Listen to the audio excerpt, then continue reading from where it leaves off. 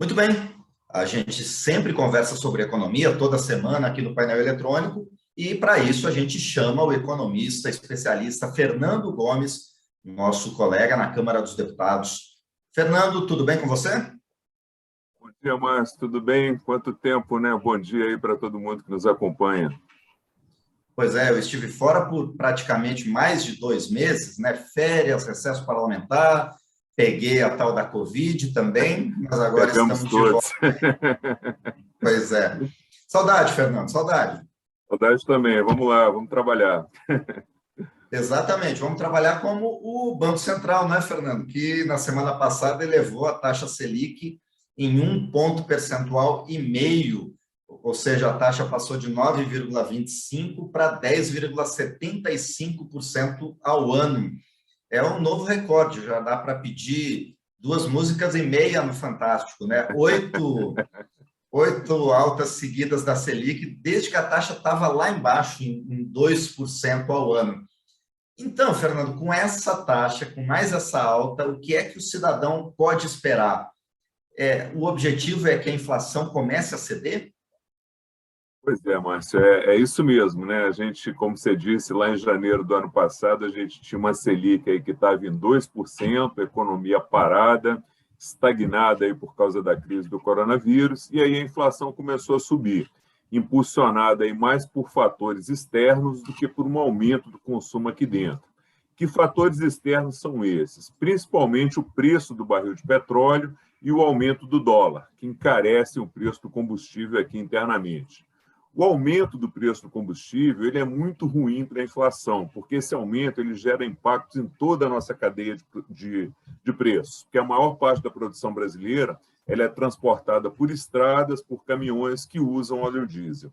Então, quando você tem um aumento no custo do transporte, isso significa aumento no preço dos produtos transportados e o aumento no preço desses produtos, que já vinha subindo por causa de outros fatores, fica ainda maior por causa do aumento nos custos de transporte e contribui para aumentar ainda mais a inflação. E para conter a inflação, o Comitê de Política do Banco Central tem só um instrumento, que é manejar a taxa de juros, subir ou descer.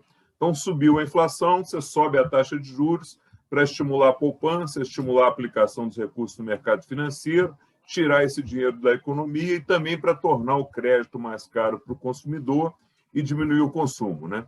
Quando você diminui o consumo, você diminui a procura pelos produtos, com menos demanda por esses produtos, os preços tendem a baixar e a inflação também. Então, como você disse no início, é com base nessa premissa, nesse raciocínio, que o Banco Central subiu mais uma vez a taxa de juros, que agora já está em quase 11%, 10,75% aí, né?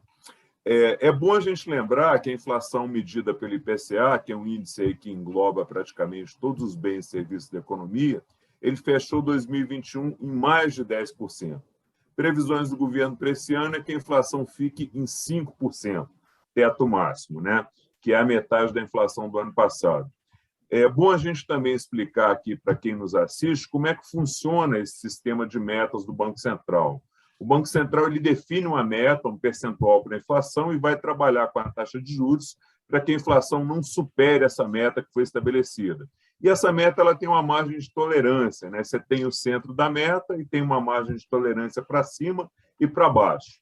O centro da meta para esse ano é 3,5%, e a margem de tolerância é de 1,5% para baixo, que seria o cenário mais desejável, você ficar com a inflação abaixo do centro da meta, ou 1,5% para cima, que aí você pode chegar no limite máximo de 5%, que seria o teto da meta.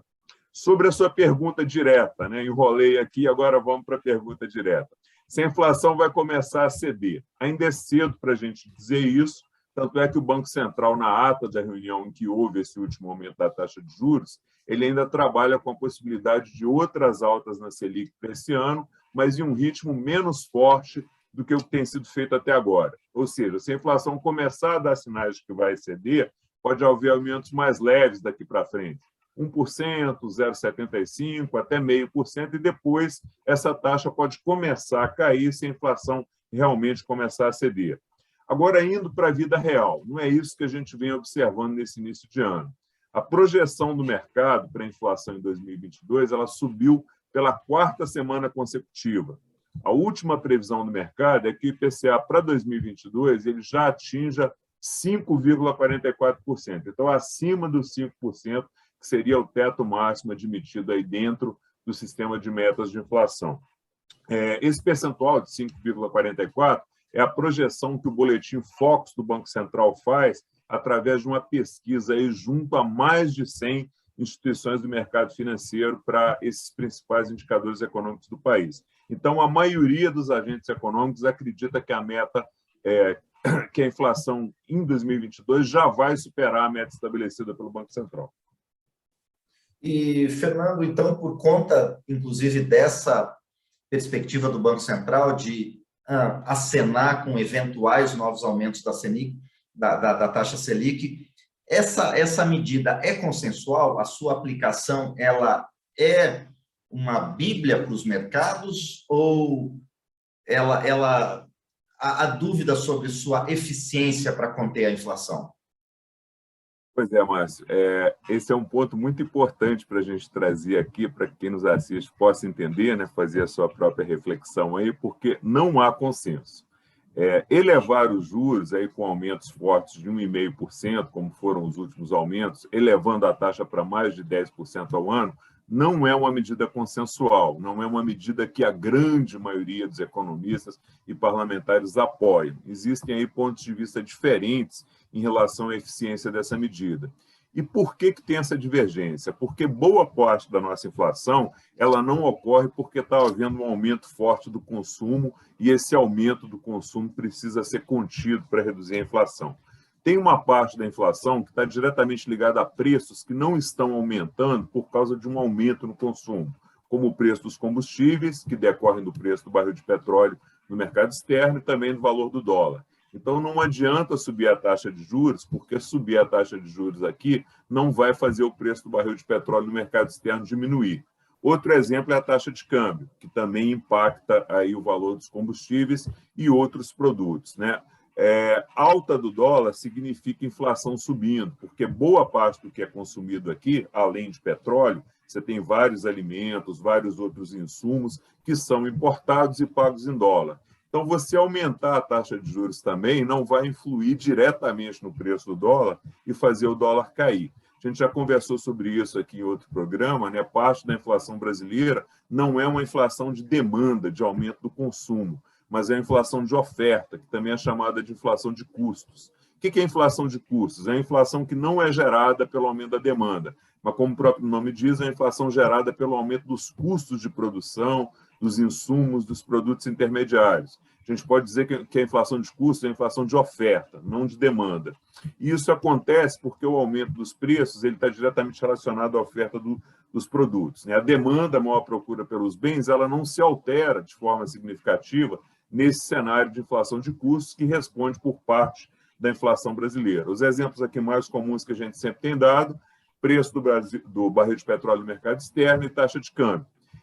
Então, esse é o ponto de vista daqueles que defendem que as altas da Selic não precisariam ser tão fortes, porque uma boa parte da inflação não é causada por aumento no consumo, mas sim por preços que são determinados externamente e não tem relação direta com o aumento do consumo aqui dentro. E quem não concorda com essa elevação aí forte da Selic também aponta pontos interessantes, que uma taxa de juros elevada encarece o crédito para as empresas produzir, encarece o preço dos produtos e dificulta a retomada do crescimento e a geração de empregos. E aqui a gente tem um consenso. Taxa de juros mais alta implica encarecimento do crédito e dificulta a retomada do crescimento e geração de emprego. Pois é, por falar desse tema, Fernando, questão de emprego e renda e também a retomada do crescimento econômico. Dentro de toda essa situação provocada pelo mais novo aumento na taxa Selic, quais são as perspectivas de crescimento para a economia brasileira esse ano? Além dessa questão do nível da taxa de juros, essa persistência da inflação. Pois é, Márcio. Um dos efeitos de você ter uma taxa de juros alta na economia associada a uma inflação alta é exatamente o desestímulo da atividade econômica, né? Então, taxas de juros altas, elas encarecem o crédito não só para o consumidor, como a gente disse antes, mas encarece também o custo de produção das empresas, desestimula essas empresas de investir, de produzir, e isso reduz a atividade econômica como um todo. Então, enquanto esse remédio para conter a inflação permanecer sendo aplicado em doses fortes, ou seja, taxas de juros cada vez mais altas, o efeito colateral do remédio é exatamente o desestímulo à atividade econômica. Para registrar, Márcio, o mesmo boletim Focus que indicou as projeções para a inflação para esse ano, que já se encontra acima do teto da meta, ele também faz previsões sobre a perspectiva de crescimento da economia. E a previsão não é nada animadora. A previsão é que o PIB, Produto Interno Bruto, né, toda a riqueza que é gerada no país, ela cresça apenas 0,3% em 2022, ou seja, praticamente não haverá crescimento de acordo com as previsões feitas nesse momento para esse ano. Essas previsões vão evoluindo, né? E esse número de 0,3 ele pode melhorar, a depender de como as variáveis que afetam o crescimento econômico vão se comportar ao longo do ano, mas ele também pode piorar. Então, vai depender de como é que evolui inflação, como é que evolui taxa de juros, como é que evolui outras variáveis ligadas ao crescimento econômico. Agora, uma variável que tem relação inversa com a previsão de crescimento econômico é exatamente a taxa de juros. Normalmente, quando a taxa de juros está se elevando, a previsão é de que o crescimento econômico vá diminuindo. Então, respondendo à sua pergunta, nesse momento, nessa fotografia de momento, a previsão é de um crescimento muito pequeno, ou praticamente não haver crescimento em 2022, com a economia quase parada, e isso impacta diretamente a geração de empregos, né? Economia que não cresce, não gera novos empregos, a não ser em setores ou em situações muito específicas, mas uma economia que não cresce, de forma geral, ela não gera emprego. Bom, muito bem. Essa é a situação atual a partir desse novo índice definido pelo Banco Central para a taxa básica de juros da economia brasileira, a taxa Selic, em 10,75% ao ano, e esmiuçado aqui pelo economista Fernando Gomes, nosso titular do quadro Economia Direta. Fernando, mais uma vez, obrigado. A gente se vê na próxima semana. Obrigado, Márcio. Muito bom estar de volta. Um abraço para você e um abraço aí para todo mundo que nos acompanha.